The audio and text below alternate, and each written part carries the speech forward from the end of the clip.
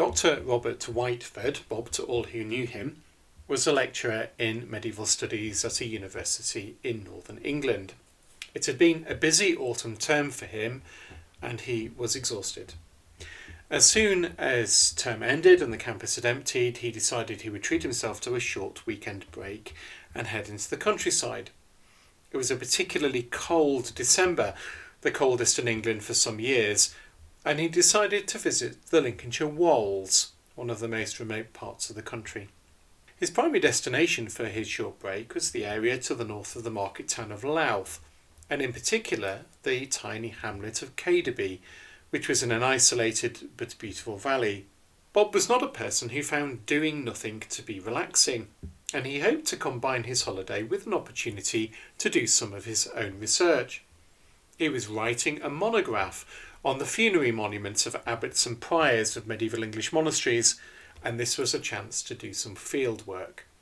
There were a couple of monuments in Lincolnshire that he was keen to see and record, and one of these, as we will see, was in Abbey Church. Even the place he had booked to stay in was perfect. Abbey House, a beautiful 18th century brick farmhouse that was run as a bed and breakfast.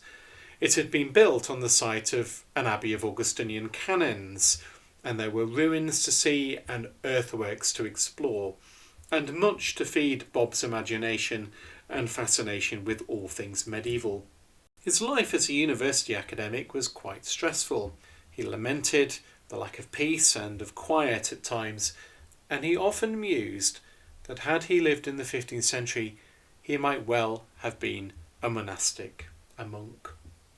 Only a very little of the Abbey of the Blessed Virgin Mary of Abbey had survived the ravages of the Reformation and Henry VIII's dissolution of the monasteries. Abbey House itself was constructed on the site of the former abbot's house, next to the Abbey Infirmary. Also, the few lines in Pevsner's Buildings of England assured were remnants of the abbot's hall, the abbot's solar and his private chapel, where the late medieval abbots of Abbey had lived and had dined in state. Bob arrived at Abbey House midway through the afternoon and was shown up to his room on the first floor. He noticed that the door of his room had a very fine stone surround, and there was an elaborate stone fireplace in the room too, giving every indication that this room was of the early 16th century. In the windows were set a few scraps of late medieval glass, diamond-shaped quarries with the initials RB and a crozier behind them. And Pevsner was helpful once again, saying that these are presumed to be the initials of Richard Beesby, abbot from 1496 to 1510.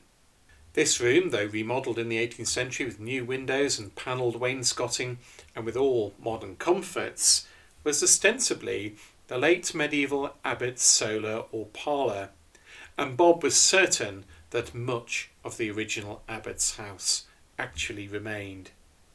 Bob went to sleep that night feeling quite relaxed and very much at home in this lovely room.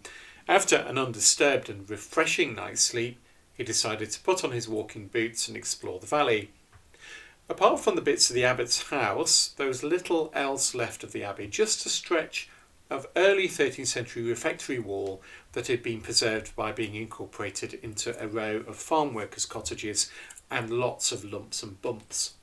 The church in Abbey, built of local ironstone, was at the opposite end of the valley from Abbey House, and to get there Bob had to walk along an ancient hollow way that took him through a tiny wood and then among the lumps, bumps and earthworks of a deserted medieval village. This village church, dedicated to All Saints, is a very fine building, built by the canons for the parishioners of the village in the late 12th and early 13th century. And up against the south wall of the nave is the prize that Bob was keen to see. It was a monolithic and very fine incised grave slab. It had been discovered on the site of the abbey in 1820 when a series of new farm buildings were being erected on the site of the abbey church, and not wanting to cover it up again, the local parson at the time had it lifted and brought to the church for its preservation. The slab was the monument to Abbot Richard Beesby, whose initials were in the glass in Bob's room in Abbey House, and the slab showed Abbot Beesby dressed in his full vestments with a crozier under his arm and holding the Sacred Heart of Jesus in his hands. Hic jacet Dominus Ricardus de Beesby, quondam abbas, read the inscription. Here lies Sir Richard of Beesby, sometime abbot. Now Bob noticed something particularly unusual about the incised slab that really made an impression on him, and above the head of the abbot was a representation of Beesby, dressed only in his burial shroud, being lifted to heaven in a napkin held by two angels. By the time Bob had finished recording the slab, it was late in the afternoon, and he headed back to Abbey House through a beautiful wooded valley glistening with frost. After an evening spent reading before the fire in his room, he went to bed early. For the first time in months, he was feeling relaxed. In the middle of the night, Bob woke up with a start. He could hear a sound like a whisper. Memento Mori. Someone repeating a sort of mantra. Memento Mori. Too indistinct to hear well. Memento Mori. Bob could see nothing in the dark except the ember still glowing in the grate, which indicated it couldn't be that late, perhaps a little after midnight. And he soon drifted off to sleep again, only to be woken once more by the whispering sound, this time louder and clearer than before. Memento Mori, Memento Mori, Memento Mori, Memento Mori. Bob understood instantly. Memento Mori. And these were chilling words to hear in a strange room in the dark of the night. Memento Mori, remember that you will die. Although he was a rational man, not inclined to flights of fancy, these words inevitably struck fear into Bob's heart. But although afraid, he was keen to discover who or what was disturbing his sleep in such an unpleasant manner.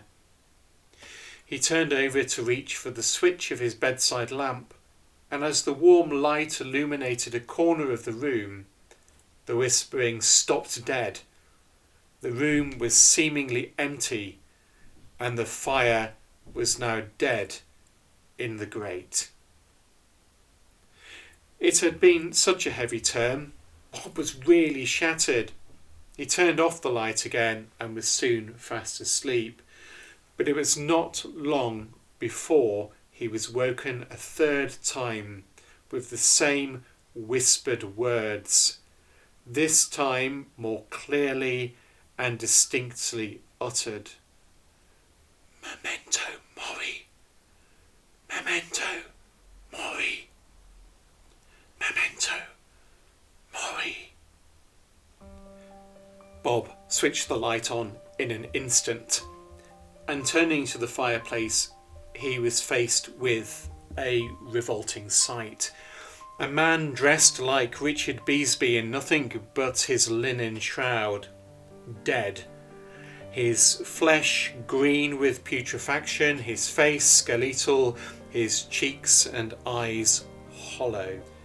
The winding sheet he was wrapped in was tied at the top and the bottom, and with one arm the man held it to cover his torso, and with the other emaciated and skeletal hand extended, he pointed to Bob and again uttered those bone-chilling words, Memento Mori.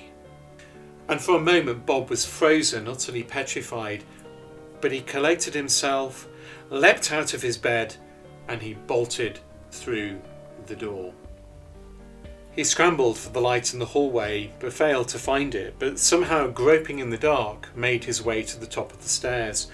The moonlight through the glass of the front door dimly lit the stairs, so it would be sufficient for him to get down, but it illuminated something else as well, and as he looked down to find his first step, he noticed that the repulsive figure of death and decay was now standing at the bottom of the stairs, pointing up at him, and in a louder whisper repeated his grim refrain: "Memento Mori! Memento Mori!" Bob immediately retraced his steps and found the back stairs to the house, creeping down them to the back door with the hope of making it out into his car. But he hadn't thought about picking up his keys, which he'd left beside the bed. But escape was entirely futile. He opened the door to discover that he was in a plain, stone-vaulted passageway. With the figure behind him, there was seemingly no going back, and so forward he went. Through another heavy door, he found himself in an open courtyard, a cloister in fact, and looking up, unexpectedly above him was the silhouette of a great church, with its looming tower clear to see against the moonlit sky. Was this possible? Was he asleep and dreaming? Bob asked himself. Or perhaps in his fear and haste to escape the shrouded figure, had he become demented, retreating to his inner imagination and to the Middle Ages? Suddenly, the great bell of the tower rang out, and the sound of voices chanting the opening of the office of the dead could be heard. "Dirige me Domini, direct me, Lord." Yes, direct me, Lord, Bob thought. Lead me out of this terrible dream. Then, from the shadows on the other side of the cloister, the shrouded figure once again appeared. "Memento Mori!" he repeated, louder and louder and louder, again and again and again. There was no place to go except into the church, and this time Bob was pursued at a distance of a few yards by the shrouded figure. He headed towards the singing voices, hoping for some protection there.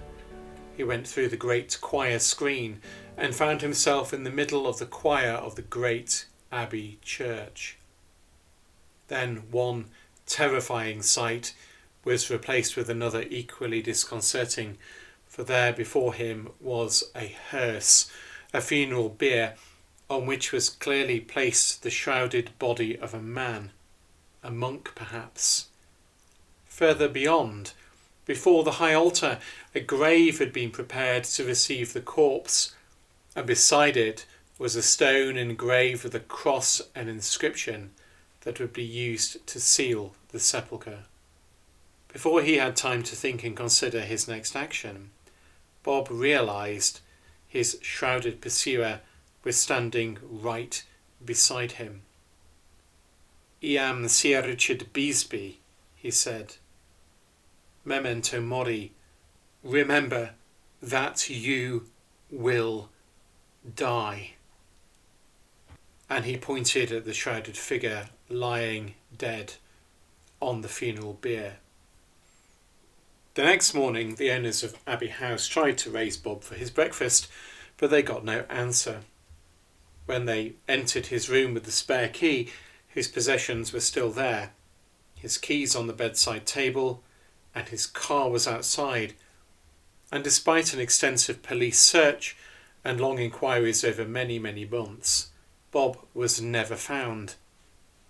His family, friends, colleagues and students assumed the worst, but there was never a satisfactory answer to the disappearance and the loss of such a beloved son and such a fine and accomplished scholar as Dr. Robert Whiteford.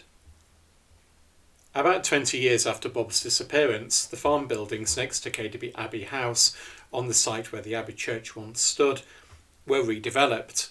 Archaeologists were called in to undertake a watching brief as the floor of the main barn was replaced. It was the barn constructed in the 1820s and was where the slab of Abbot Richard Beesby had been found.